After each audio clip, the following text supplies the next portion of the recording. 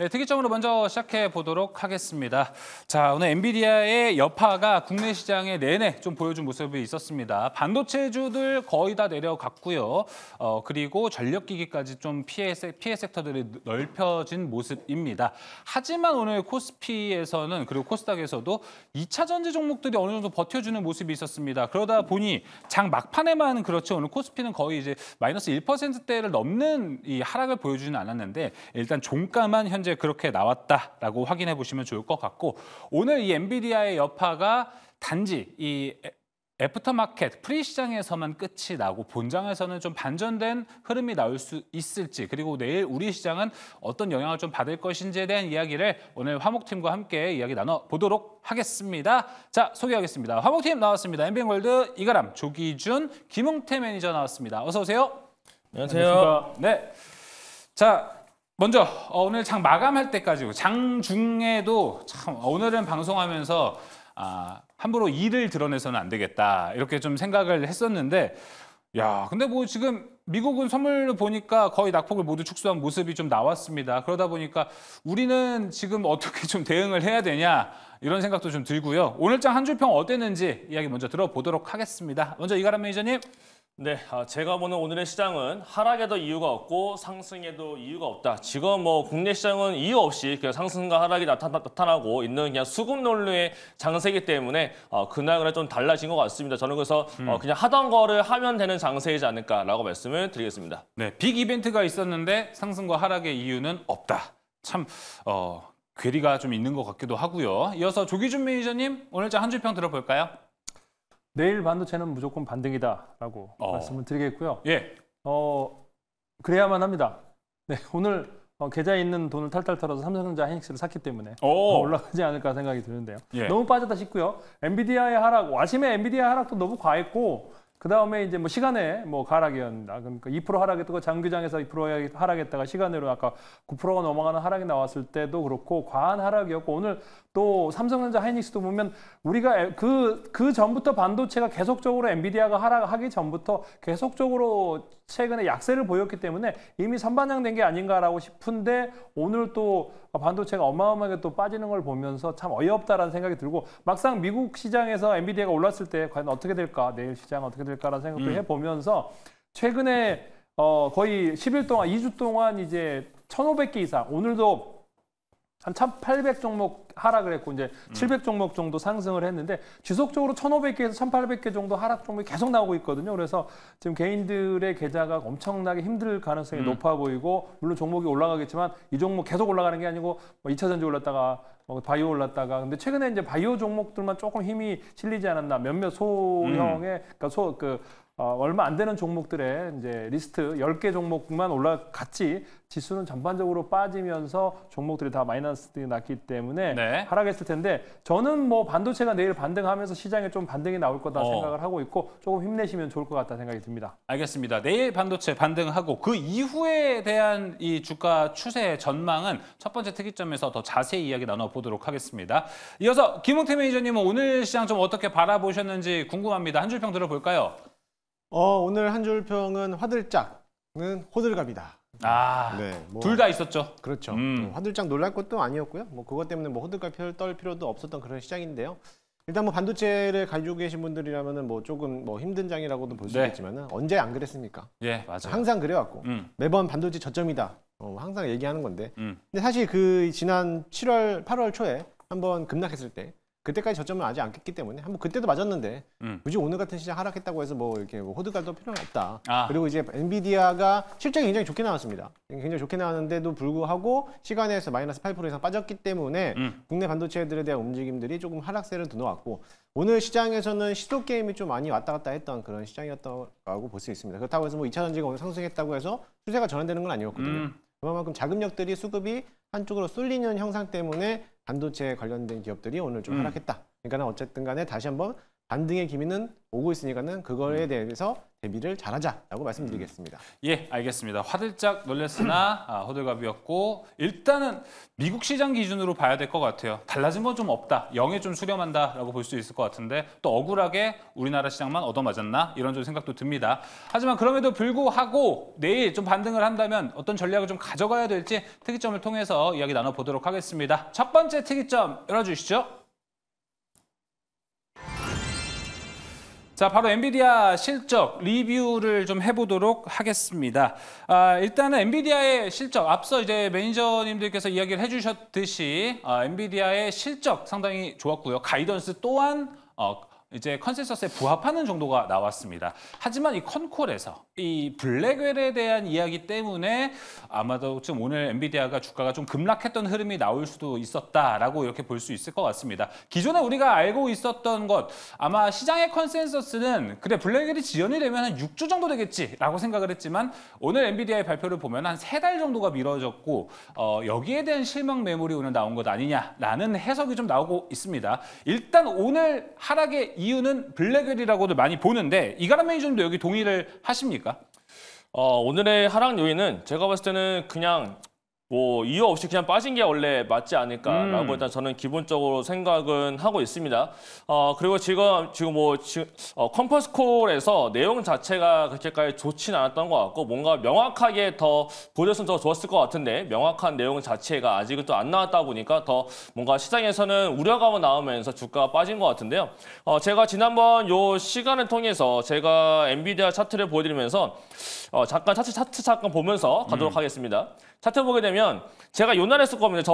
이번 화요일 날 양봉 나왔을 때 날인 건데 지금 저가로부터 40%가 반등이 나타난 다음에 이 130달러까지 올라왔는데 이거를 과연 원예마표가 잘 나왔다라고 한들 뚫고 올라갈 수 있겠느냐에 대해서는 약간 물음표가 있다라고 그쵸. 말씀을 드렸고 국내 반도체 또한 지금 사기보다 아마 저는 9월달로 가는 과정에서 한 번의 기회가 더 올 것 같다라고 설명을 드렸기 때문에 오늘의 하락들이 결국 한 번 더 기회를 주고 있는 과정으로 가고 있지 않나라고 생각을 하고 있습니다.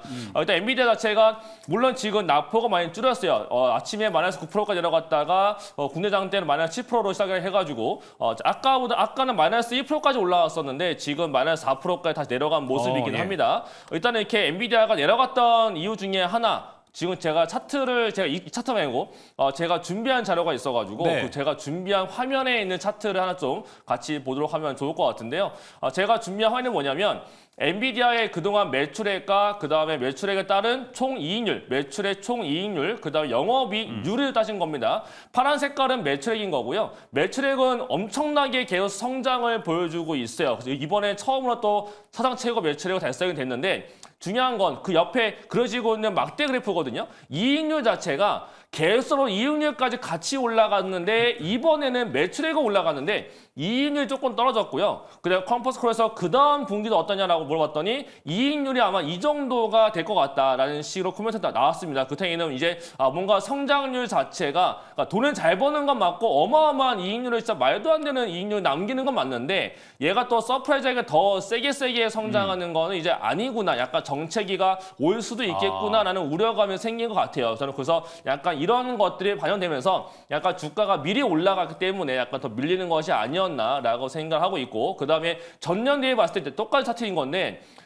똑같이 전년 대비를 보더라도 앞으로의 전망치 보게 되면요. 전년도 대비 성장률이 이제는 꺾이기 시작을 합니다. 그러니까 성장을 하는 건데 지금처럼 100%씩 올라가던 게 이제는 많이 내려가거든요. 그렇기 때문에 아마 시장에서는 서프라이즈함이 조금 약해지는 시기로 가기 때문에 엔비디아의 퍼포먼스가 조금 정체가 되지 않겠냐. 결국 이제 올라가더라도 완만하게 올라가는 시기가 될 텐데 지금은 변동성 구간이 있기 때문에 조금 더 과한 반응을 보인 것이 아니었나라고 생각을 합니다. 그것 때문에 오늘 국내 증시가 아침부터 굉장히 약했어요. 근데 중요한 건 뭐냐면 블랙웰이 그러면 이제 문제가 되냐 이건데 블랙웰 쪽에서 아무 문제가 없었고 4분기 한국 기준 봤을 때 한국 기준 4분기 때부터 양산가 출시될 거고 내년도로 넘어갔을 때 25년도 1분기 때 엄청난 다시 매출과 영업이익이 올라갈 거다라는 거는 그 누구도 의심하지 못한 상태가 됐습니다. 근데 이것 또한 다들 알고 있는 그냥 컨센서스의 내용이었어요. 뭔가 새로운 거는 아니었다라는 겁니다. 자, 근데 중요한 거는 뭐냐면 다시 이제 제 모니터 화면 좀 보면 좋을 것 같은데요. 네. 오늘 국내 증시 굉장히 안 좋았어요. 그런데 요건 뭐냐면 일본에 있는 반도체주의 추이입니다. 아침에 내려갔다가 다 회복을 보여주면서 끝났고 심지어 한 종목 어드밴테스트는 플러스권으로 끝났고요. 그 아래 도쿄 일렉트론이나 디스콘은 약세 마감이 합니다만은 준수한 수준이었고요. 중요한 건 대만 쪽인데요. 대만의 TSMC는 2%대에 반해서밖에 안 나오곤 했습니다. 그다음에 그 아래 퀀타 컴퓨터도 2%인 건데 나머지 반도체가 오늘 대만 쪽으로 상장된 반도체 종목 중에 절반 이상이 올라가고 절반은 요 정도로 끝났거든요. 그렇다니 대만 쪽은 강세가 굉장히 많았다. 그런데 중요한 건 뭐냐? 국내입니다. 그러니까요. 국내에는 보니까 처참하죠. 하이닉스가 5%대 마이너스고 예. 한미가 9%대 마이너스고 PSQNS가 12% 내려갔고 그나마 이오테크스가 마이너스 2%대로 끝났기 때문에 그나마 좀 강했던 종목인 건데 결국 국내는 다른 나라들과 다르게 결국 그냥 워낙에 자금 자체가 작은 상태였고 너무 제한적인 상태에서 기관들과 외국인의 프로그램 매도 오늘은 더구나 또 주간 목요일 위클리 오션 만기였다 보니까 더 프로그램 매도가 나타나면서 반도체를 두드러 패고 대신에 이제 오늘 다른 업종을 좀 매수를 보여준 게 아닌가라고 생각이 듭니다. 저는 그래서 오늘은 다른 나라 대비 우리가 너무 과한 반응을 보였다라고 생각을 하고 있어서 결국 이제 이런 것들 결국 이제 해외에 대한 증시를 결국은 따라가는 것 같은데 물론 이제 모든 종목을 따라가기보다 저는 9월 달 앞으로 한 2주일 이내에 반도체 안에서 이벤트가 발생이 될 걸로 생각을 하고 있습니다. 그러면 예. 그와 관련된 종목은 저점을 찍고 다시 9월 달에 올라갈 수 있는데 여기에 해당하지 않는 종목은 그래도 조금 시간은 걸릴 수 있다라고 생각을 하는 그런 뷰는 유지를 하고 있어서 결국은 이제 반도체는 다시 한 번의 기회는 더 오고 있지 않나 여기서 종목 선별은 좀 필요할 것 같다라고 말씀을 드리겠습니다. 말씀 주신 이벤트 9월 중순에 있는 건 삼성전자 HBM3E를 혹시 예상을 하시는 건가요? 좀 이거 좀 말씀드리기 좀 민감한 건데. 그래요? 네. 삼성전자와 SK하이닉스의 이벤트가 두 가지가 있죠? 두 가지잖아요. 그러니까 삼성전자만 있는 게 아니고 하이닉스는 12단 콜 테스트인 거고 삼성전자는 8단 콜 테스트 두 가지가 나올 게 추석 전후일 것이다. 지금 대부분 보고 있는 게 9월 달로 보고 있는데 좀 조심스럽습니다만은 두 기업 중에 한 기업이 조금 더 빨리 될 것 같고 한 기업은 지금 제가 파악을 많이 해보고 있는데 예상보다는 조금 한 템포 한 발 반발 정도 조금 늦을 수도 있지 않을까라고 보거든요. 그렇다는 얘기는 그 빨라진 종목 쪽으로가 보는 게 지금 상태에선 단기 종목상 맞지 않을까 네. 이렇게 또 말씀을 드리겠습니다. 알겠습니다. 좀 어떻게 보면 시간이 좀 지나서 업데이트된 소식이 있다면 저희 스치면 상한가에서도 이야기를 해주시면 좋을 것 같고 좀 이 소식이 더 급하다, 빨리 듣고 싶다 하시는 분들도 이가람면 이제 무료 방송 가시면은 여기에 대한 또 정보 얻어보실 수 있으니까 이 부분도 참고 한번 해보시면 좋을 것 같습니다. 이가람면 이제 그 하나 더 여쭤보자면 네. 미국 시장 관점에서 엔비디아 관점으로 쫙 보자면 네. 낙폭 거의 다 지금 만회를 한 상황이고 그렇죠. 오늘 본장에서 다시 좀 상승할 수도 있지 않을까라는 예상을 할 수도 있는 흐름이 좀 나왔습니다. 그렇죠. 그러면 지금 엔비디아는 달라진 게 없다라고도 볼 수 있는 건가요?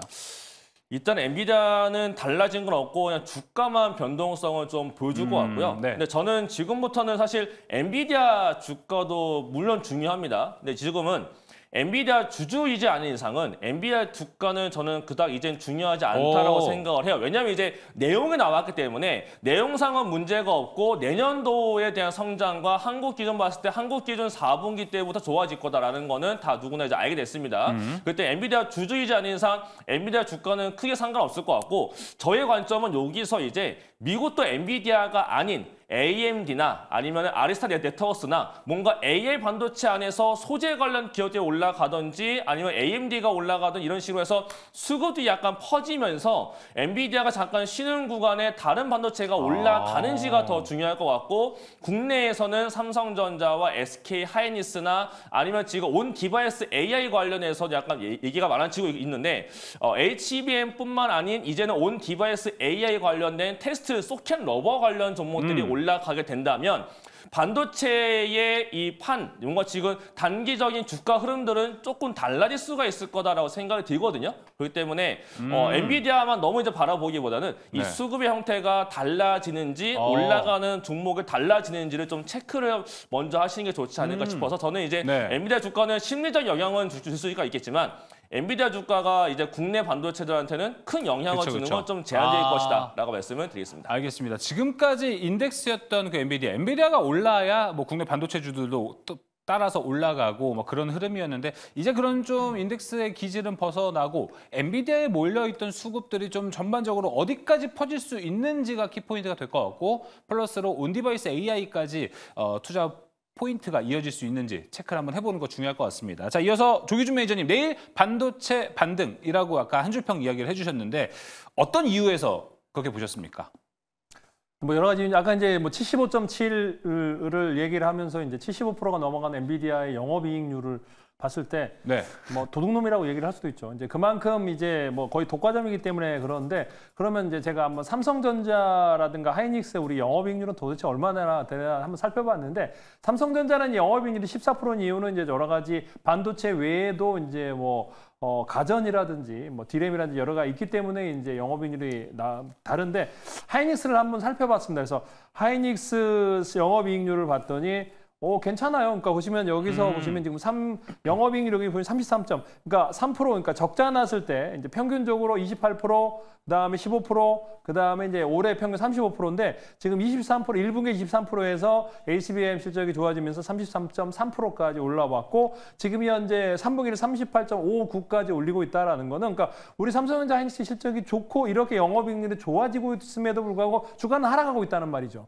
그러면 저는 현재의 지금 시장 상황이 잘못돼 있고 그다음에 아까 얘기한 대로 엔비디아 시간의 하락은 페인트 모션이라고 생각이 되거든요. 그래서 최근에 공매도에 의해서 지금 현재 서버 관련 종목이 하나가 이제 하락을 하면서 이제 시장에서 뭐 20% 이상 하락하면서 같이 좀 빠졌는데 제가 보기엔 시간에 그 가격은 실제적으로 장이 시작하면 더 빠질 수도 있지만 요번에는 덜 빠지면서 반등을 할 거다라는 측면으로 말씀을 드리겠고 오늘 이제 뭐 우리나라도 지금 36%, 38%까지 나오고 있는 하이닉스 제가 보기에는 너무 많이 빠졌기 때문에 내일 반등 나올 거다. 삼성전자도 그렇고 요 반등세가 나오면서 지수도 다시 2,700선을 안착할 거다라는 측면으로 말씀드리겠습니다. 일단 일시적 반등으로만 보시는 건가요? 일단은?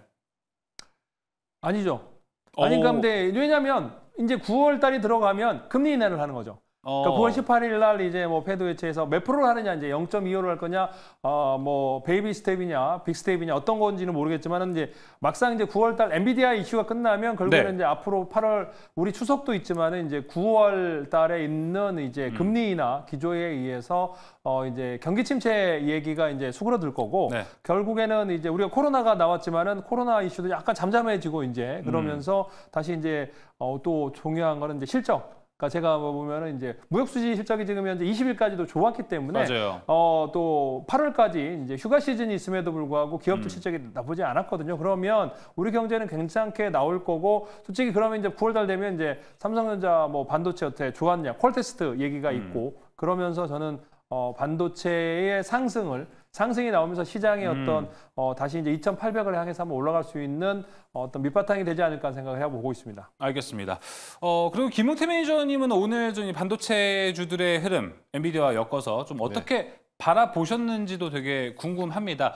오늘 뭐 최근에 이제 우리가 엔비디아 실적을 되게 오랫동안 기다려왔잖아요. 어떻게 보면 거의 한 달 내내 엔비디아 실적 보고 뭐 투자 결정하자 뭐 이런 얘기를 했는데 사실 엔비디아 실적 발표 오늘 끝났는데 뭔가 좀 허탈한 기분이기는 해요. 근데 오늘을 기점으로 뭔가 거품이 좀 걷어졌을까? 아니면은 오히려 좀 부정적으로 변곡점이 생길 수도 있다? 이 둘 중에 하나로 일단 봐야 될 것 같은데 어디에 좀 가깝다고 보십니까?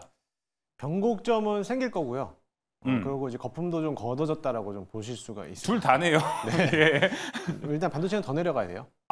일단 아직은 거품이 좀 껴 있기 때문에. 아직은 거품이 좀 껴 있는데 물론 이제 기대가 워낙에 높게 되어 있기 때문에 물론 엔비디아는 뭐 전고점을 넘어갈 수 있습니다만은 지금 자리에서는 올라가긴 당장 힘들 것이다라고 볼 수가 있는데 제가 이제 차트를 좀 보면서 좀 엔비디아를 좀 해드릴게요. 지금 띄워드린 게 이제 엔비디아 이제 네이버에서 치시면 나오는 건데. 20년도에 엔비디아가 첫 번째로 공개했던 반도체 칩이 그 암페어라는 거였어요. 암페어가 20년도에 발생을 하고 20년도부터 2년 동안 21년도까지 300달러, 34달러까지 올라가는 뭐 200%까지 넘어가는 모습이었고요. 그러고 나서부터 호퍼라는 게 22년도 3월 달에 공개를 했습니다. 예. 출시는 아니고요. 공개를 했을 때 그때 기대감으로서 주가가 살짝 반등하다가 이 출시일이 22년도 10월 달이었어요.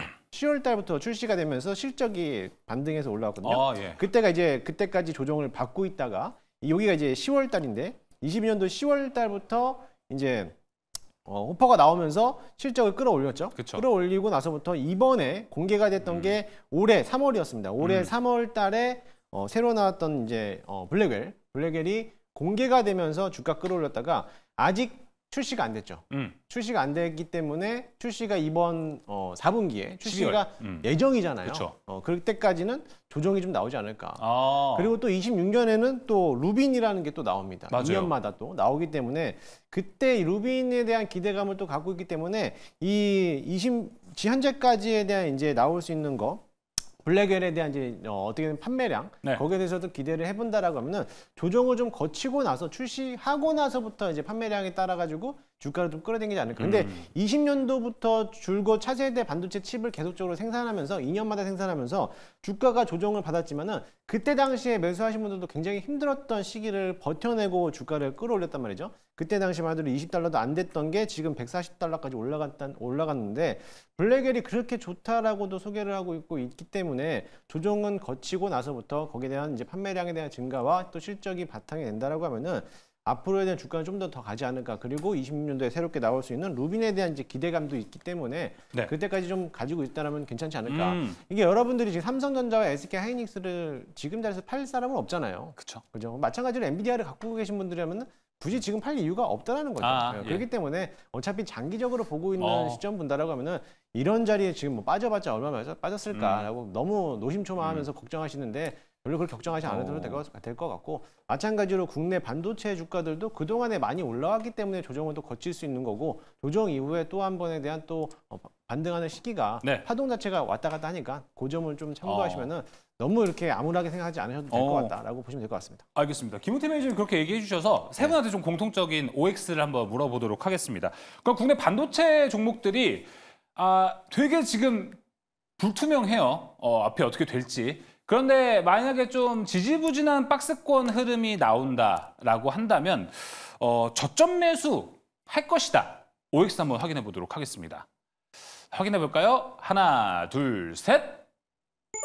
자, 김우태 매니저는 X를 들어줬고 조기준 매니저님, 이가람 매니저님 O를 들어줬습니다. 그러면은 조기준 매니저님, 지금 반도체를 저점 매수하는 전략이 더 좋을까요? 아니면 좀 다른 섹터? 요즘 뭐 제약바이오도 있고 다른 좀 대세 섹터들이 있잖아요. 그쪽 교체 매매 전략 둘 중에 뭐가 더 낫다고 보십니까?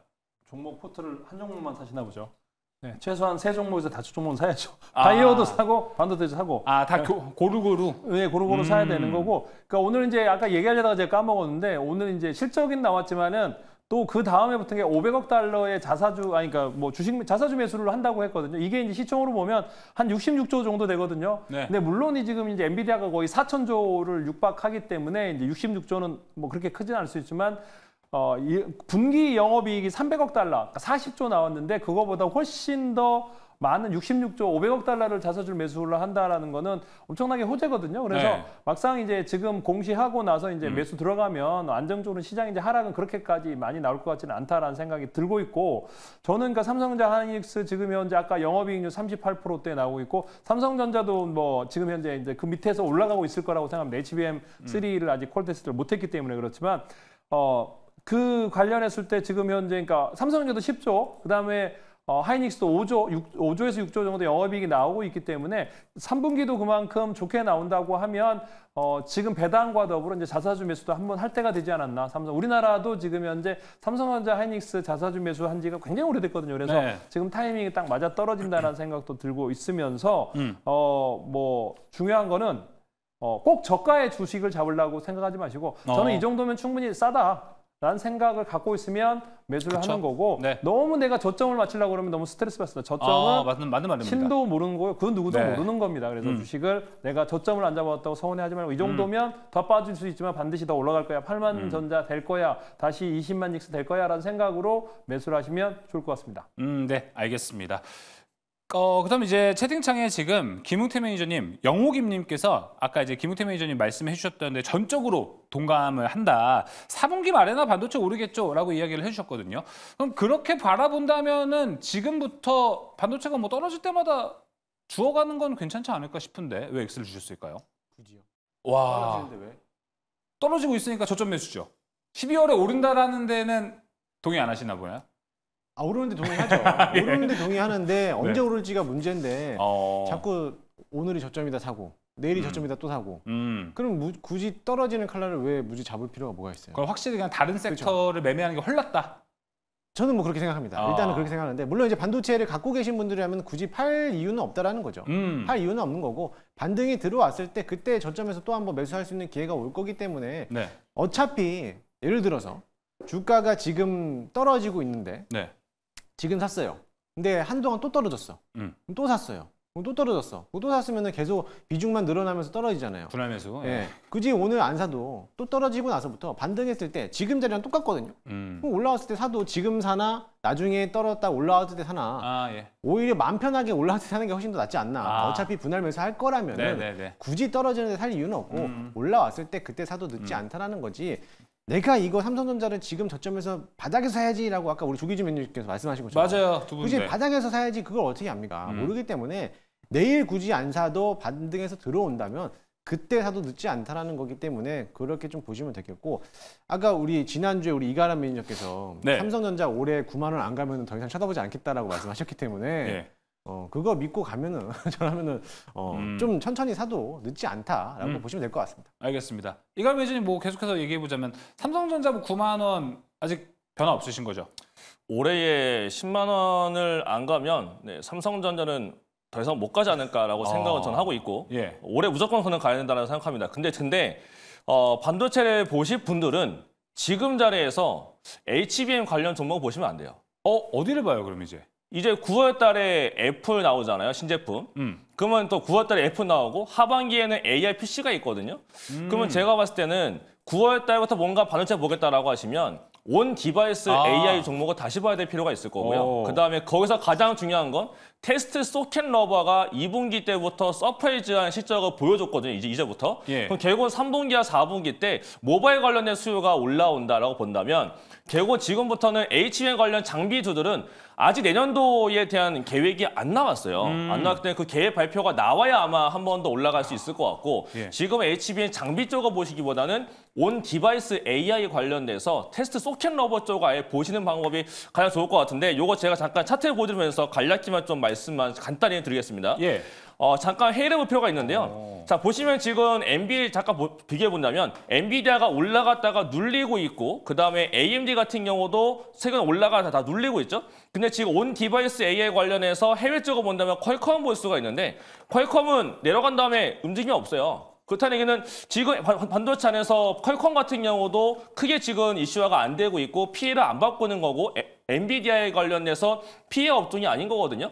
마찬가지로 국내로 본다면은 최근에 이제 ISC라는 종목이 바닥권에서 올라왔고 오늘 거의 보합권 마감 보였습니다. 반도체에서 밀렸다가 오늘 보합 마감한 종목이 거의 없어요. 근데 이 종목이 오늘 보합 마감 보여줬고 ISC뿐만 아니고 리노공업 마찬가지로 거의 안 밀리고 있고 그러네요. 그다음에 TSE 이런 것도 반등 이후에 옆으로 기어가고 있지 오늘 HN 장비들처럼 내려가지 않았단 말이에요. 그렇다는 얘기는 지금부터는 애플 양을 보면서 지금 주가 버치 보더라도 해외 쪽에서 봤을 때 애플이 올라간단 말이에요. 그렇죠? 오늘 제 엔비디아 빠지고 있는 애플 혼자 올라가고 있어요. 그렇다는 얘기는 지금부터는 반도체 보실 분들은 애플과 관련된 온 디바이스 A에 관심을 가져보시는 게 맞지. 지금 자리에서 HBM 장비들을 본다는 거는 턴을 타는 거를 보고 난 다음에 잡아도 늦진 않아요. 물론 난 저가에서 봐서 난 시간 여유가 있으니까 분할매수 할 거라고 하시는 분들은 상관이 없는데 좀 뭔가 좀 단기 이벤트 안에서 1, 2주 안에 또는 뭐 일주일 안에 뭔가 좀 승부 내고 싶다라고 하시는 분들이라면 예. 반도체 안에서 저는 애플 향을 보시면서 또 퀄컴 쪽을 보시면서 온 디바이스 AI 관련 종목을 보시는 게 더 맞지 않을까 이렇게 말씀을 드리겠습니다. 알겠습니다. 온 디바이스 쪽 그리고 이제 애플이 최근에 이제 모바일 디램 재고가 점점 늘어나고 있다라는 소식이 좀 있기 때문에 애플이 아이폰 16을 통해서 이제 온 디바이스를 얼마나 좀 파급력을 크게 펼쳐 나가느냐가 되게 중요할 것 같고 거기에 따른 온 디바이스 투자 아이디어 되게 중요한 포인트가 될 것 같습니다. 조기준 매니저님 좀 어떤 포인트에 주목하고 계신가요? HBM에 동의하시나요? 아까 이가람 매니저가 이야기한 거에. 저는 HBM에 동의를 하지 않습니다. 그러니까 HBM 관련 주들이 너무 과하게 올라온 게 있습니다. 사실 한미도 그렇고, 그러니까 근데 HBM으로 해서 올해 거의 상반기를 주도했잖아요. 네.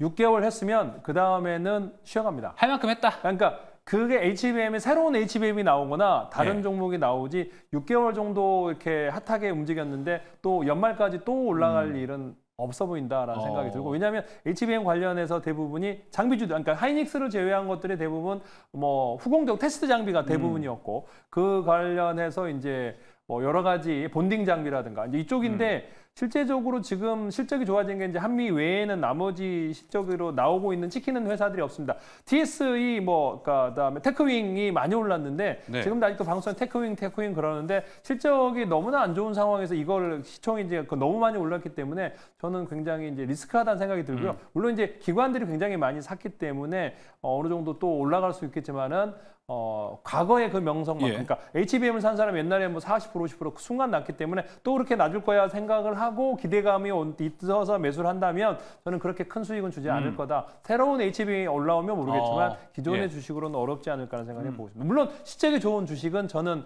오케이라 생각합니다. 그게 중에 이제 이따가 말씀을 드리겠지만요. 예, 알겠습니다.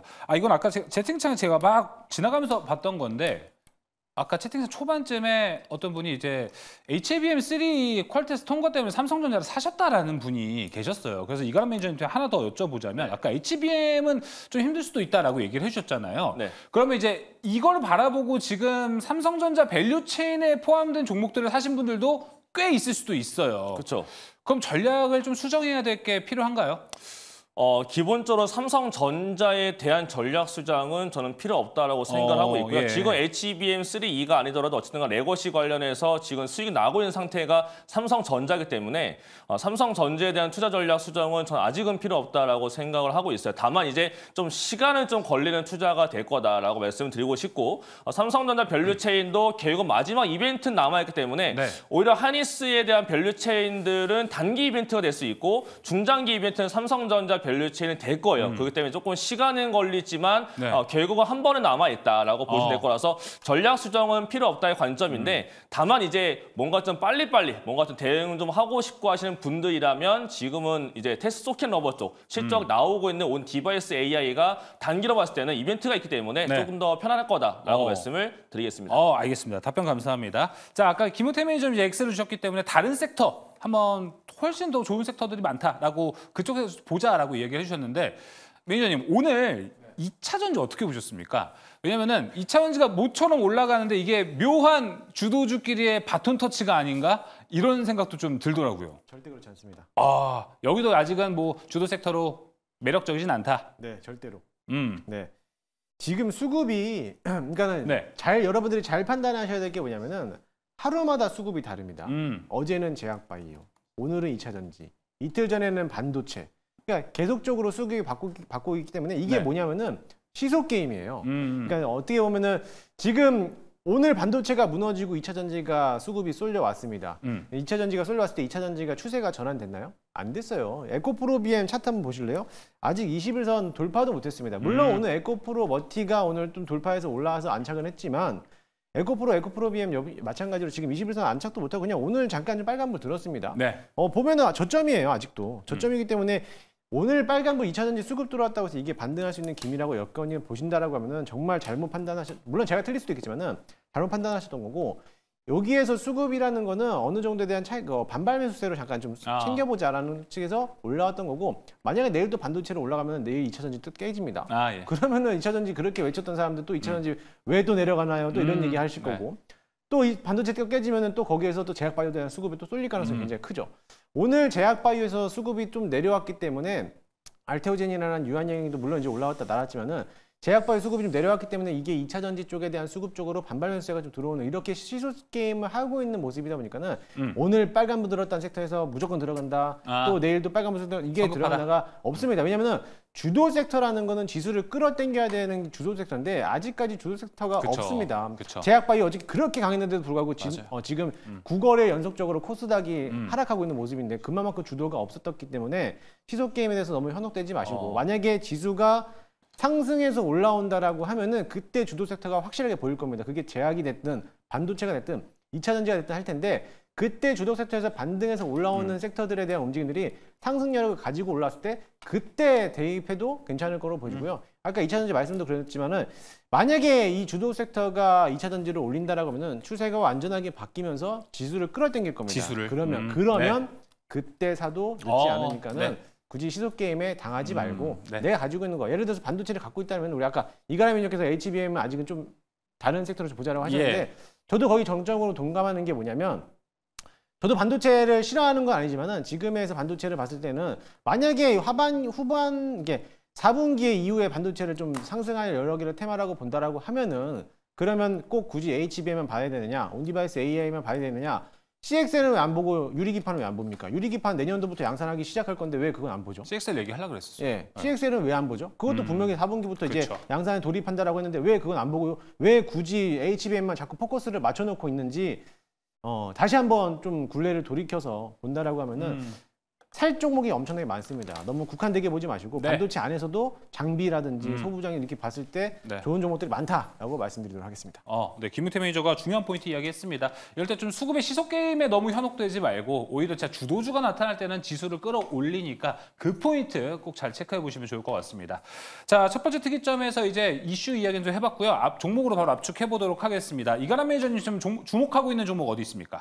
전 두 가지 말씀드리겠습니다. 네. 단기로 봤을 때는 SK 하이닉스의 변동성을 좀 노려보셔도 괜찮을 것 같아서 변동성에서 SK 하이닉스를 말씀드리겠고 그 다음에 이제 소부장 안에서는 아까 전에 제가 테스트 토킨 너머를 말씀드렸는데 리노건도 있고 TSE도 있고 한데 저는 ISC를 보시는 게 가장 편하지 않을까 싶습니다. 왜냐하면 지금 오늘도 거의 보합가에 다 땡겨서 올려놨고 그 다음에 10월 달에 인베스터 데이가 앞두고 있기 때문에 주전환책을 생각해 본다면은 유일한 소부장에서 주전환책을 펼칠 종목이다라고 봤을 때 결국은 ISC를 보시는 게 바닥권에서 편안할 것 같다라고 말씀을 드리겠습니다. 알겠습니다. 아까 이야기한 그 소켓에서는 ISC 확인해 보시면 좋을 것 같고요. 이어서 조기준 매니저님. 저는 일단은 뭐 삼성전자 현재 가격에서 5월 달에 하락했을 때처럼 지금 다시 이제 한번 반등과 하락과 그래서 다시 바닥이 나왔기 때문에 74,000원에서 매수하시면 다시 8만 원대만 가더라도 10%의 수익을 낼 수 있다라는 측면으로 말씀드리겠고 네. 그다음에 말씀드린 이제 기가비스라는 종목이 있는데 이게 이제 곧 이제 WLP라고 해서 웨이퍼 레벨 패키지 관련해서 UV 조명으로 해서 이제 반도체 관련 검사를 하는 장비 수주가 곧 나올 거고요. 그러니까 뭐 삼성이든 어떤 데에서 이제 지금 콜테스트 중이기 때문에 그와 관련된 기사가 나올 거고 또 하나가 아까 유리기판 관련해서 검사 그쵸. 관련해서도 지금 현재 콜테스트 중이기 때문에 그와 관련해서 지금 현재 기가비스가 나올 게 두 개가 있다라고 보시면 될 것 같고 하나 더 얘기하자면 저는 오늘 PSK를 말씀드렸는데 PR 스트립에서 국내 1위, 세계 1위 기업입니다. 그래서 실적이 이제 작년 500억대로 줄었지만 올해 1,000억대 다시 이제 영업이익이 나올 수 있는 회사이고 2분기도 200억이 넘어섰기 때문에 지금 7,000억대 시점은 너무 싸다라는 생각이 들고요. 많은 사람이 HBM, PSK 홀딩스를 말씀하시는데 저는 PSK가 현재 실적이라든가 이런 걸 봤을 때 PR 스트립 전공정 장비 중에 네. 가장 저평가되어 있는 회사다라고 말씀드리겠습니다. 네, PSK 추가됐다는 것도 말씀드리겠습니다. 이어서 김웅태 매니저님, 그래도 좀 단기적으로 볼 만한 건 있으십니까? 단기적으로요? 일단 봐야 되는데 저도 앞서 다 말씀을 해주셨기 때문에 삼성전자를 들고 왔는데 삼성전자는 일단 뭐 두 분 다 말씀하셨고 저는 볼 거면은 SK 하이닉스.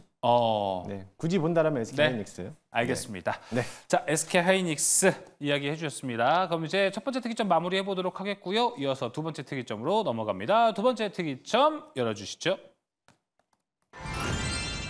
자, 현대기아차가 신용등급 평가에서 또 올 A를 획득했다라는 이야기도 있었고 어제 호재도 있었습니다. 인베스터 데이가 있었는데 이게 좀 엔비디아에 묻혔다. 그리고 타이밍상 인베스터 데이에 날짜 선택이 좀 좋지는 않았지 않았나 이렇게 좀 생각이 듭니다. 하지만 오늘 시장이 어려웠다 보니 오히려 현대차 그리고 이제 그룹주들 쪽으로 수급이 어느 정도 들어간 모습도 좀 나왔습니다. 그러다 보니까 시장이 좀 안정화가 된다면 다시 한번 자동차가 좀 달려갈 수 있지 않을까 이런 예측도 해볼 수 있을 것 같은데요. 조기준 매니저님. 일단 어제 인베스터데이 평가가 현대차 상당히 좋았습니다. 이 얘기 한번 들어볼까요?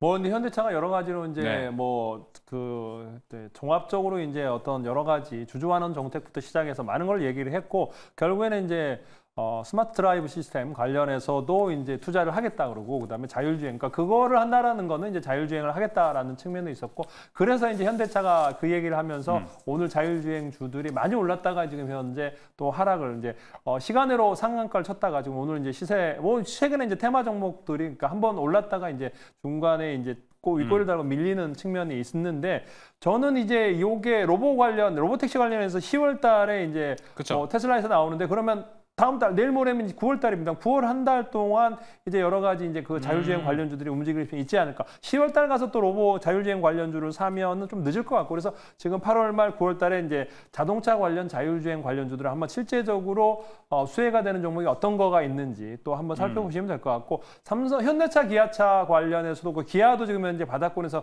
상승 모멘텀 조금 오늘 같은 날도 2% 올라가고 현대는 좀 윗꼬리를 달았지만 밀렸지만 기아가 지금 현재 움직임이 괜찮거든요. 네. 그다음에 제 과거에 이제 5월 달에 6월 달에 글로비스가 핫하게 움직였던 게 이제 정의선 회장의 지분 관계, 그다음에 이제 상속 얘기가 나오면서 글로비스가 올라갔기 때문에 지금 현재 이런 운송 관련해서 기아, 현대, 그다음에 현대 위아, 그다음에 이제 자율주행 관련주를 살펴볼 타이밍이 되지 않았나 생각이 듭니다. 매니저님은 이번에 좀 인베스터데이 그리고 오늘까지 거치면서 자율주행을 가장 좀 눈여겨보신 것 같아요. 네.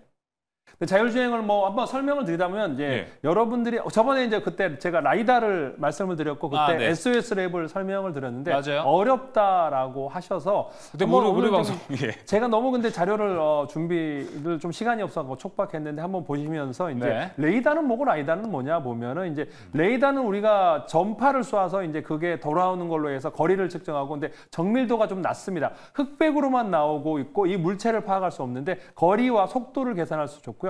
비교적 가격이 저렴하다라는 장점이 있고 환경에 이제 영향, 그러니까 눈비가 오거나 뭐 날씨에 큰 영향이 없다라고 보시면 되고 소형으로 만들 수도 있고 이제 감지 거리가 길다고 그러는데 지금은 거의 비슷해졌다고 합니다. 그다음에 이제 라이다는 이제 레이저를 쏘는 거군요. 펄스 전파를 쏴서 이제 그거 오는 건데 이제 3D로 이걸 구현하기 때문에 정밀도가 높고 가격이 비싼데 과거에 뭐 7천만 원 됐다가 작년에 700만 원, 2002년 전에 700만 원에다가 지금 현재 이게 이제 라이다가 뭐냐면 360도 돌아가면서 차 위에서 그래서 모든 거를 360도로 감지할 수 있는 건데 최근에는 이제 라이다가 이제 180도, 270도 이렇게 해서 그다음에 정면을 주시하는 이렇게 해서 고정형으로 지금 회전형이 아니고 고정형으로 하면서 가격이 지금 내려가고 있고 환경에 영향이 약간은 이제 날씨라든가 이런 거에 영향을 좀 있다라고 보시면 될 것 같고 디자인이 대형인데 소형화하고 있다. 이게 과거 자료인 것 같습니다. 그래서 200m 수준이라고 돼 있는데 이제 그거는 이제 거의 비슷하게 된 것 같고요. 그 다음 자료 보면은 이제 라이다와 레이더와 이제 카메라가 이렇게 설명이 돼 있는데 이제 카메라는 굉장히 이제 빠르게 이제 시각적으로 이제 모든 거를 확인할 수 있는데 물체 구분도 그렇고 비용도 엄청 저렴한 반면에 문제는 뭐냐면 거리를 측정할 수 없는 거죠. 그 다음에 이제 날씨 영향이거나 갑자기 빛이 들어오면은 이제 화이트아웃이 되거나 그렇습니다. 그래서 레이더의 장점, 이렇게 라이다의 장점, 그 다음에 이제 가격적인 것을 빛을 쏴서 하는 거기 때문에 이렇게 보시면 과거에 이제 어디에 있냐면 그 다음에 이제 보면은 과거에 이제 라이다가 위에 차 위에 있으면서 삥삥 돌아가면서 있는 건데 자동차에 보면 레이더는 앞부분에 있고 그다음에 라이다가 위에 있고 카메라가 이제 전방을 주시하고 있고 후방도 있고 그래서 GPS가 이제 이렇게 해서 이런 차원으로 있었는데 지금 이게 하나씩 있는 게 아니고 이제 30개, 40개 카메라도 뭐 옆에 주차할 때 있어야 되기 때문에 좌우 옆 8개 그다음에 라이다도 2개, 앞뒤 3개 그다음에 이제 레이더도 이제 뭐 4개 이상 들어가기 때문에 30개에서 40개 이런 센서가 들어간다고 합니다. 그다음에 이제 보여주는 게 라이다가 이제 영상을 했을 때 이렇게 이제 사람을 찍었을 때 색감을 그러니까 레이저는 흑백으로 나오는데 라이다는 이렇게 이제 빛을 쏘기 때문에 이제 빛에 의해서 이게 사람인지 아니면 나무인지를 파악할 수 있다라는 걸로 보여집니다. 그래서 라이다의 회사, 그다음에 레이더 회사. 근데 지금 현재 우리 그 요즘에 라이다라고 해서 오늘도 올라갔다가 빠지는 거는 레이저를 만드는 회사가 이 라이다로 회사에서 그 시장에 잘못 알려지면서 자율주행 수혜주라고 올라왔는데 실제적으로 우리나라에서 이제 라이다를 만들어서 성공한 회사는 지금 이제 SOS랩 하나 있고요. 그다음에 아까 레이저로 만드는 거는 이제 스마트 레이더 시스템 한 개랑 이제 엊그제 상장한 앞으로 상장할 회사라든가 이렇게 두세 개 정도밖에 없다라고 보시면 되겠습니다. 그 전에 그러니까 레이저를 만드는 게 커팅, 웰딩 뭐 이런 것들을 하는 회사들이 지금 네. 현재 아까 자율주행으로 포함돼 있고 라이콤도 보시면은 이제 레이저를 갖다가 이제 이런 라이다 회사에다가 납품했다 한 이력으로 해서 그 근거리 통신 관련해서 레이저를 하고 있는 게 이제 라이콤인데 조금은 이제 좀 구분이 없이 전체적으로 그냥 자율주행 관련주로 다 엮여 있는 테마주기 때문에 오늘 윗골을 달고 밀린 게 아닌가라는 생각이 듭니다. 예, 알겠습니다. 지금 채팅창에서도 이제 눈꽃처럼님께서 SOS랩 이야기를 해주셨습니다. 수익 정말 감사하다, 조기준 대표님 이렇게 이야기를 해주셨는데 그 부분도 같이 왜냐하면 전 방송에서 SOS랩을 거론을 해주셨고 현재 주가가 상당히 잘 가고 있기 때문에 이 부분 한번 잘 참고해 보시면 좋을 것 같습니다. 자, 그럼 이제 자율주행에 대한 이야기를 좀 중점적으로 해봤고 이가람 매니저님 그 외에도 현대차 그룹을 둘러싼 요즘 좋은 모멘텀들이 많이 산재해 있잖아요. 그렇죠. 일단 인베스터데이는 어제 끝이 났고 인도 IPO 있죠, 주주환원 그리고 지배구조 다양하게 있는데 이가람 매니저는 어디를 제일 주목하고 계세요? 현대차의 주저하는 책을 저는 여전히 더 좋게 보고 있는데 네. 아직 주저하는 책에 대한 내용 발표는 나왔지 언제부터 정확하게 어떻게 할 거다는 아직 안 나왔거든요. 네. 저는 그래서 아마 그게 한 번 더 나타나 주기 시작을 해야 주가가 다시 한 번 더 올라가는 모멘텀을 가지 않을까라고 생각을 합니다. 그래서 아마 인도 IPO 앞두고서 다시 날짜를 잡아서 설명하겠다라고 했기 때문에 그때쯤 가봐야 될 것 같은데 그것도 이제 그래봐야 한두 달 안에 다시 한번 발표가 나오지 않을까라고 생각을 하고 있어요. 저는 그래서 어저께 보니까 주저하는 책에서 자사주 매입과 소가 발표가 나왔는데 현대차도 있지만은 현대차 이외에 현대차 우선주가 아마 더 큰 수혜를 보지 않을까라고 생각을 합니다. 발표 내용 자체가 이제 우선주의 할인율을 좀 좁히겠다라고 했기 때문에 그래서 오늘 같은 경우 잠깐 차트 보게 되면 현대차는 오늘 올라갔다가 26만 원대 저항을 맞고 내려왔습니다. 하지만 현대차 우선주 같은 경우는 현대차 우선주와 EUB, 3B가 있는데 현대차 우선주도 오늘 5%대 상승 마감 보여줬고 현대차 EUB 같은 종목도 7%대 장중에는 무려 아침에 10%가 넘게 올라갔다가 전고점 맞고 내려오긴 했고요.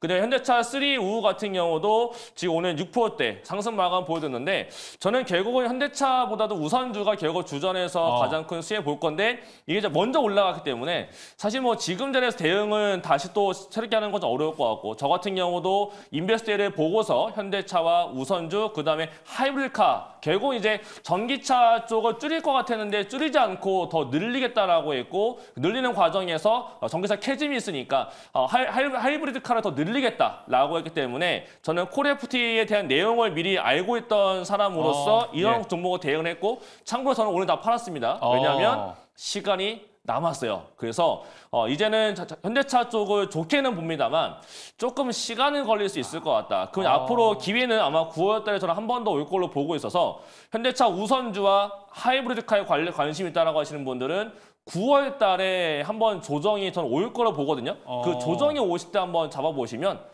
분명히 또 좋은 기회에 좋은 수익이 나지 않을까 이렇게 말씀을 드리겠습니다. 알겠습니다. 우선주 쪽 이야기를 또 해주셨고 또 하이브리드까지 이야기를 했습니다. 김웅태 매니저님은 또 어디를 좀 주목하고 있나요? 워낙 많으니까. 저도 밸류업 또는 지배구조 같이 지배구조. 네, 지배구조 같이 한번 봐야 들어볼까요? 지배구조요? 네. 저 일단 밸류업 얘기하고 싶어요. 알겠습니다. 네. 왜냐하면 밸류업을 얘기할 수밖에 없는 게 네. 주주환원 정책을 한다고 했어요.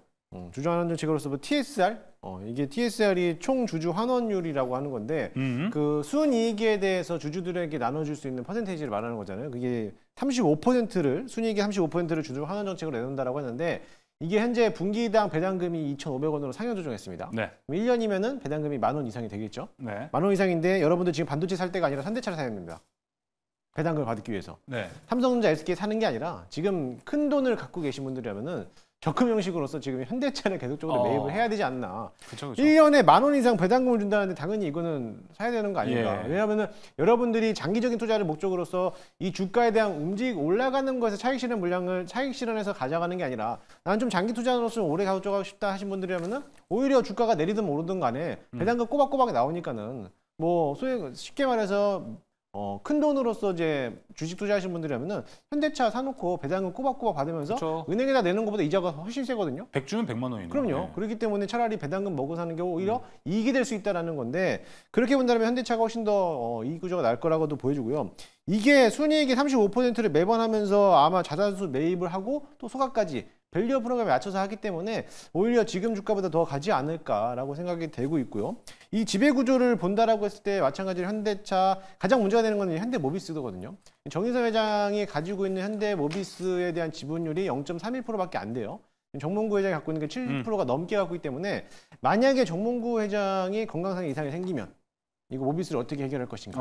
그랬을 때 만약에 건강 이상이 생긴다라고 하면은 그거에 대해서 상속을 해야 되는데 상속세가 지금 조 단위가 넘거든요. 예. 세율만 하더라도 그거를 또 현금 확보를 하기 위해서는 어떻게 또 대체할 수 없는데 마찬가지로 계속적으로 그 지분은 늘려갈 수밖에 없는 구조. 그런 그 지배 구조를 딱히 본다라고 하면은 현대모비스라든지 현대차라든지 이런 종목들이 조금 더 강한 흐름을 가지 않을까 생각하고 있습니다. 알겠습니다.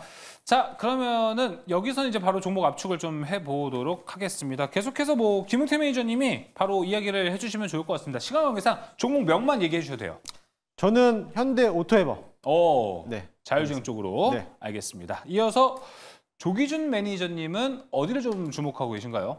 여전히 자율주행에서? SOS 랩. 여전히 이게 괜찮은가요? 공모가가 11,500원이거든요. 네. 공모가 밑단에 있고 이제 바닥에서 많이 올라왔지만 한참 싸고 기관 이제 그 보유서가 아니고 이제 기존에 싸게 했던 투자 그러니까 벤처 캐피탈들이 이제 엄청나게 차익 실현했고 오늘은 이제 외국인들이 팔았기 때문에 그쵸. 제가 보기에는 내일부터도 그렇고 11,500원의 공모가가 워낙 싸기도 예. 하고 그다음에 이게 자율주행뿐만 아니라 로봇도 라이다가 필요합니다. 로봇도 그거를 움직이고 이제 주변의 환경을 파악을 하려면 라이다가 꼭 있어야 하고 레이더도 카메라도 있어야 되지만 카메라만으로 될 수 있는 게 아니고 라이다 로봇용 라이다를 지금 현재 개발하고 있고 현대랑 같이 MOU를 체결을 했습니다. 그래서 모빌 관련 라이다 그다음에 자동차용 라이더 같이 MOU를 하고 있고 개발하고 있다라고 보시면 되겠고 그래서 예. SOS 랩 살펴보시면 좋을 것 같습니다. 네, 공모가보다 훨씬 좀 낮기 때문에 좀 매력적일 것 같습니다. SOS 앱 들어봤고요. 이어서 이가람 매니저님은 좀 우선주도 한번 주목하실 것 같습니다. 네, 저는 지금보다는 좀 눌리면 보자 관점에서 현대차 EUB라는 우선주하고 그다음에 하이브리드카 관련해서는 코리아 FT가 가장 성장성이 좋기 때문에 네. 코리아 FT 이렇게 두 종목을 말씀드리겠습니다. 다시 말씀드리지만 이 두 개는 한번 이제 조정을 거치고 나서 매력적인 가격 구간대가 온다면 매수하는 네, 전략입니다. 자, 그럼 이제 세 번째 특이점으로 넘어가 보도록 하겠습니다. 세 번째 특이점 열어주시죠. 자, 내일 이제 LS 일렉트릭이 MSCI 신규 편입에 들어갑니다. 이제 얼마만큼의 패시브 자금을 좀 빨아들일 수 있을지 그리고 과연 11월로 넘어가서 편입 후보군들도 하나하나씩 좀 이야기가 나오고 있습니다. LS 일렉트릭 일단 오늘 시장 같은 분위기를 봤을 때 전력기기 그리고 전선 쪽은 이 모멘텀 기존에 갖고 있던 모멘텀을 꾸준하게 좀 밀고 갈 수 있을지도 궁금합니다. 김우태 매니저님. 네, 오늘 전력 기기들에 대한 조정이 좀 나왔습니다. 예. 그렇다고 해서 차트가 무너지는 건 아니었고 가장 대표주였던 HD 현대 일렉트릭이 마이너스 10%까지 밀렸다가 장 막판에 2시 이후에 끌어당기면서 마이너스 맞아요. 6%까지 좀 상승하는 모습을 보였어요. 그 정도로 오늘 반도체에 대한 수급이 떨어지다 보니까는 그로 인해서 이제 AI 반도체 칩 그래서 이제 전력에 대한 같은 맥락으로서 같이 내려갔던 모습이라고 볼 수가 있는데요. 그렇다고 해서 뭐 이런 자리에서도 뭐 이 추세가 확실하게 전환되거나 그러지 않는 모습이었기 때문에 조정은 나올 수 있지만은 또 다시 한번 반등할 수 있는 기회는 온다라고 보시면 될 것 같습니다. LS 일렉트릭 같은 경우에서는 이제 9월 2일 날 이제 딱 편입이 되는 내일 발표하고 나서부터 이제 편입 시기가 9월 2일로 되고 있는데. 아무래도 거기에 대해서 이제 리밸런싱을 마치기 위해서 또 한번 패시브 자금들이 들어올 건데 그 자금력들이 크지 않을 거라고 저는 좀 생각을 해요. 그래서 거기에 대한 기대감을 갖고 있는 것보다는 일단은 MSCI 편입하고 나서부터에 대한 주가에 대한 움직임들이 어떻게 반응할 거고 거기에 대한 흐름에 맞춰서 전력기기들에 대한 움직임들도 추세가 반등할 수 있는 자리를 보는 게 오히려 낫지 않을까라고 보여집니다. 물론 MSCI 편입을 했을 때가 알테오젠이라든지 최근 들어서 HD 현대 일렉트릭도 지난 분기에 한번 편입하고 나서 주가가 끌어올리긴 했습니다만은 네. 지금 좀 조정받고 있죠. 마찬가지로 그 전에 작년도 재작년도에도 마찬가지로 에코프로비엠도 편입이 되고 나서부터 주가가 또 밀려가고 있는 모습을 보였다라고 하면은 이게 사실 자금력들이 얼마만큼 들어오느냐 안 들어오느냐에 따라 가지고 이게 주가에 대한 방향성을 좀 잡아낼 수가 있는데 아무튼 그 패시브 자금들이 많은 양들 어차피 지금 주가들에 대한 조정을 받고 있는 모습이기 때문에 어쨌든 간에 리밸런싱에서 자금력들을 맞추기 위해서는 패시브 자금들이 들어올 수밖에 없는 시점이고 그렇게 했을 때는 주가들은 어느 정도는 좀 상승세를 이어가지 않을까. 그렇다고 해서 뭐 정고점을 넘어가게 과도하게도 올라가지 않을 거라 보니까요. 일단은 그 관망세를 유지하면서 추세가 전환되면은 그때 같이 분할 매수 관점으로 접근하시면 좋을 것 같습니다. 네, 알겠습니다. 자, 그 내일 신규 편입이 되는 LS 일렉트릭이고요. 추가적으로 김태민 이제 11월로 한번 눈을 돌려봐도 좋을 것 같습니다. 거기에 대한 기대감, 지금 뭐 대표 후보군으로는 현대로템 그리고 삼양식품이 있었고 LIG 넥스원 정도가 지금 꼽히고 있습니다. 근데 이게 최근에 좀 고점을 갔다가 요만하게 좀 내려온 모습을 좀 갖고 있기 때문에 우리가 패시브 자금 생각하면은 다시 한번 또 노려봐도 괜찮은 종목들이거든요. 네, 어떻게 저는 오히려 생각하시나요? 노려볼 만도 한다면은 예. 방산주. 방산 쪽으로. 네, 방산 쪽에서 현대로템. 저는 뭐 LIG 넥스원인데 그 중에서 현대로템을 좀 유심 있게 보고 있는데 네. 마찬가지로 추세에 대한 흐름들을 봤을 때 이때 만약에 11월 달에 편입이 돼서 선정이 돼서 편입한다면은 패시브 자금도 들어올 거고 아마 연말에 수주 내용이 하나 좀 나올 겁니다. 그래서 그렇게 기대를 한다면은 앞으로 방산에 대한 K9 자주포에 대한 수주 또는 뭐 철도 산업에 대한 또 수주가 계속적으로 남아 있기 때문에 그렇게 봤을 때 현대로템이 조금 더 상승 여력이 남아 있지 않을까. 어차피 리포트에서도 목표가를 상향 조정했기 때문에 그쵸? 추세가 움직였을 때 올라가는 종목에 갈아타도 좋을 거라고 생각합니다. 네, 알겠습니다. 조기준 매니저님은 어디를 좀 주목하고 계신가요? 11월 MSCI 뭔가 지금 사실 이제 슬슬 천천히 봐도 괜찮을 것 같거든요. 일단은 이제 그게 MSCI에 들어가는 조건이 시총이 6조 이상입니다. 그쵸. 그다음에 유동성 시총이 3조여야 네. 되거든요. 그래서 시총이 6조 됐다고 해서 거래가 없으면 안 되기 때문에 네. 얼마나 유동되느냐. 근데 현재 지금 현대로템은 5조 7천억이기 때문에 10%만 올라가면 되거든요. 그래서 가장 근접해 있는데 그 외에 이제 따로 또 빠져나올 주식이 또 있을 수도 있거든요. 6조 이상 올라갔던 주식이 또 빠져나올 수도 있고 뭐 에코프로 머티부터 시작해서 그러니까 6조 이상 했던 주식들이 빠질 수 있기 때문에 근데 그 외에 이제 LIG 넥슨이 4조 때 4조 2천억이고요. 삼양식품도 올랐다가 지금 3조 5천억이고 그 다음에 이제 현대미포도 4조 2천억이거든요. 4조대거든요. 그래서 이게 6조가 가려면 한 30~40%더 추가적으로 올라가야 되고 그 사이에 이제 11월까지 또 어떤 일이 생겨서 어떤 다른 바이오주가 또 올라가서 4조 5조를 6조를 만들 수도 있기 때문에 저는 지금 이제 현대 로템이 가장 근접해 있지만 그 외에 이제 다른 종목이 다시 올라가면서 6조를 넘어서면서 유동시총까지도 나온다고 하면 여러 종목이 나올 거다. 또 가을철이 되면 반도체 업종 중에서도 반도체 업종은 쉽지 않겠죠. 6조까지 내오려면 지금 현재 이제 3~4조대에서 올라와야 될 테니까. 그래서 저는 현대로템이 가장 뭐 유명하지 않는가 생각됩니다. 현대로템. 뭐 대본에는 LIG 넥스원, 삼양식품, HD, 현대미포 4개나 적어주가지고 그 중에 원탑이 근데 현대로템이다. 이제 그때 이제 그 타이밍 갔을 때 현대로 6조를 넘어설 수 있는 아직 다 6조를 안 넘어섰거든요. 그래서 그쵸. 넘어설 수 있는 가격대를 유력하니? 보시면서 혹시라도 이제 추락뒤치락할 수 있기 때문에 내 종목을 잘 살펴봐야 된다라는 측면으로 말씀드리겠습니다. 예, 알겠습니다. 자, 이어서 이관원 매니저님도 이 안에서 지금 괜찮아 보이는 종목들이 좀 있습니까?